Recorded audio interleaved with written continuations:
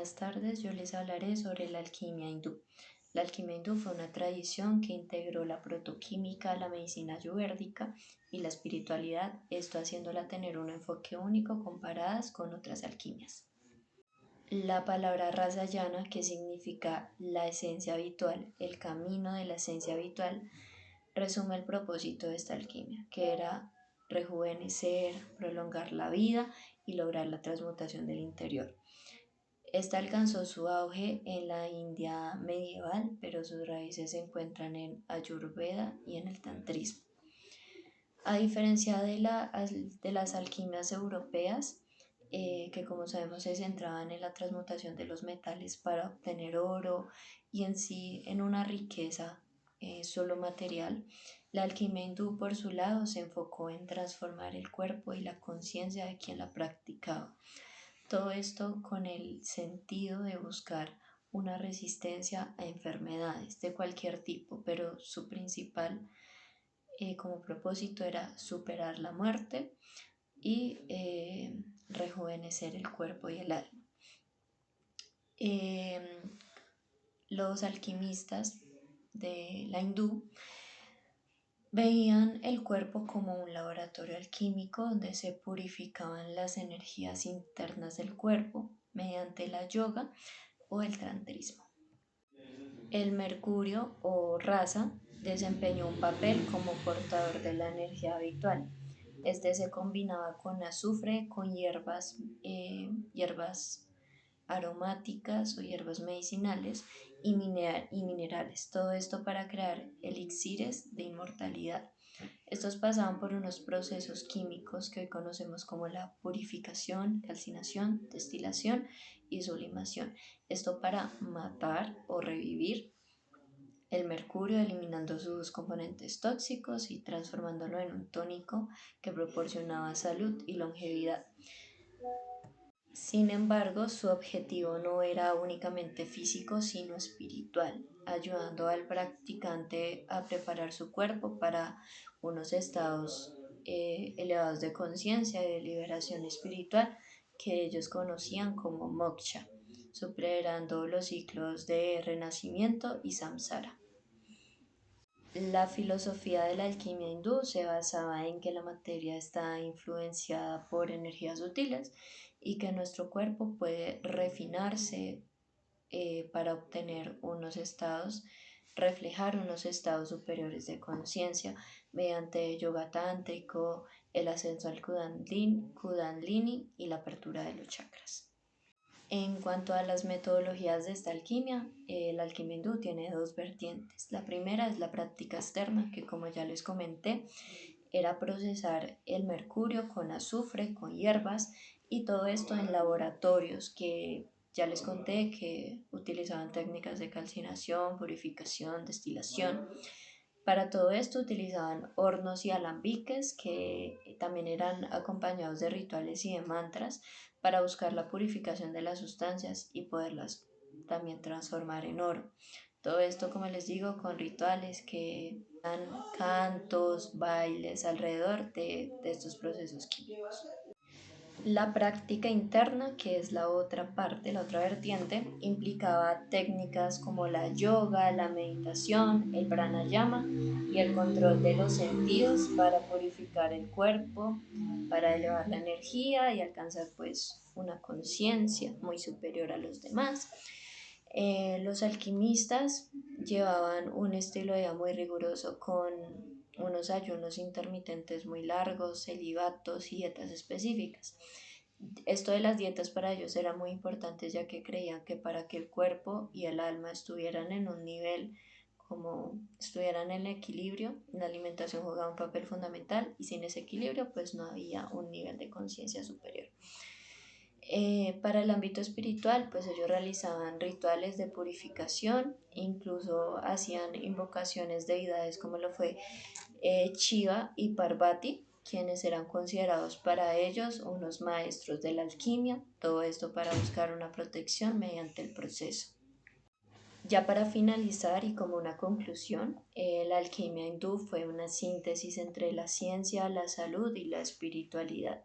que más allá de buscar una transmutación de los metales, buscó algo más interno, algo más espiritual, que en otras alquimias casi no se veía.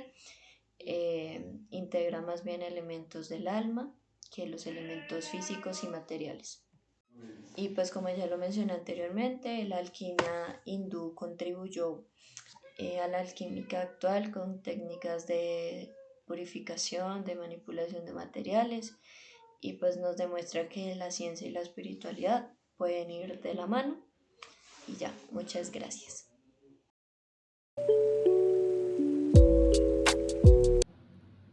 Hola, soy Melissa Garrido y en esta parte del video quiero compartir con ustedes el contenido principal de mi trabajo, en el que pues me enfoqué en una de las formas más antiguas y complejas de conocimiento espiritual, que es la alquimia china, vista a través de la interpretación del historiador de las religiones Mircea Eliade. Durante siglos, la alquimia ha sido mal interpretada como una práctica supersticiosa o una especie de química primitiva. Sin embargo, Eliade nos propone una visión totalmente diferente. Para él, la alquimia no era simplemente el intento de fabricar oro, sino una vía de transformación espiritual, donde cada operación física, como calentar, mezclar o destilar, tenía un significado interior profundo. Y en el caso de China, esta visión está íntimamente ligada con la filosofía del taoísmo. Pero ¿qué es la alquimia china y pues qué busca? La alquimia china no puede entenderse sin el Tao, el principio universal que lo conecta todo. En esta tradición, el objetivo principal del alquimista no es hacerse rico ni vivir eternamente en el cuerpo físico, sino alcanzar un tipo de inmortalidad espiritual, un estado de equilibrio absoluto con el universo. Los alquimistas chinos trabajaban con símbolos materiales que reflejaban procesos del alma. Uno de los más importantes es el cinabrio, un mineral rojo que se transforma en mercurio. Para nosotros esto podría parecer solo una reacción química, pero en la alquimia china este proceso representaba algo mucho más profundo, el paso de lo denso a lo sutil, de lo físico a lo espiritual. El oro que buscaban tampoco era literal, sino una metáfora del alma purificada. Eliade explica que el oro fabricado no tenía valor como objeto comercial, sino como símbolo de la perfección espiritual. En la página 24 nos dicen esto. ¿Esto qué podría significar? Que todo el trabajo externo del alquimista tenía como espejo una transformación interna, del ego al espíritu, del caos al orden, del sufrimiento a la claridad. Entonces, eso significa que el cuerpo sería como un laboratorio, con prácticas y con símbolos. Entonces, aquí llega como otro concepto fascinante, que fue la idea de que el cuerpo del alquimista es en sí mismo un laboratorio sagrado. En lugar de ver la transformación como algo que ocurre fuera, en frascos o recipientes, la alquimia china propone que la transmutación más importante ocurre dentro del cuerpo. El horno alquímico, por ejemplo, no solo era un aparato físico, según Eliade. Representaba la matriz, el útero donde se gesta una nueva vida. Cocer metales no era simplemente calentar sustancias, sino recrear simbólicamente el nacimiento espiritual del propio alquimista. Las prácticas incluían mucho más que manipular sustancias. Se hacía meditación, control de la respiración, qigong, ejercicios enérgicos, ayuno y a veces incluso rituales sexuales con fines espirituales. Todo esto para alinear el cuerpo con los ciclos del cosmos. Ahora, la interpretación de Eliade y el aporte metodológico que yo encontré, digamos que lo más revelador para mí fue cómo Eliade insiste en que la alquimia no puede entenderse desde un enfoque científico tradicional. Él propone una lectura simbólica y espiritual, como ya había dicho antes. Él dice que los historiadores que reducen la alquimia a una protoquímica están perdiendo lo más importante, que es su función como disciplina del alma.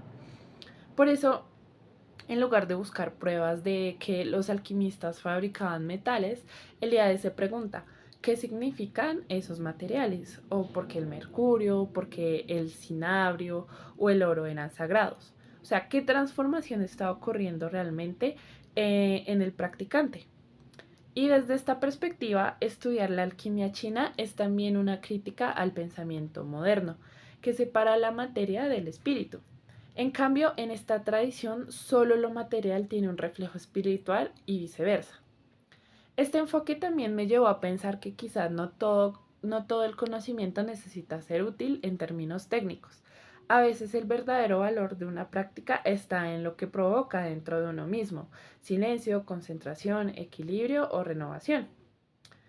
Y digamos que como reflexión personal, yo diría que este trabajo me ayudó a descubrir que la alquimia china, vista desde la obra de Mircea Eliade, es mucho más que una práctica antigua. Es un camino espiritual que combina cuerpo, mente y universo. Y lo más poderoso de esta visión es que no separa el saber de la experiencia, ni el símbolo de la acción. Personalmente me hizo cuestionar cómo pensamos el conocimiento hoy. Estamos acostumbrados a ver lo espiritual como separado de lo racional o lo científico como lo opuesto a lo simbólico. Pero esta tradición muestra que podemos conocer también a través del cuerpo, del símbolo, del ritual y de la transformación personal. Espero que este recorrido les haya dado una nueva mirada sobre la alquimia y sobre cómo otras culturas comprenden la transformación, no como un cambio externo, sino como un proceso interior hacia el equilibrio, la sabiduría y lo sagrado. Les agradezco mucho por ver este video.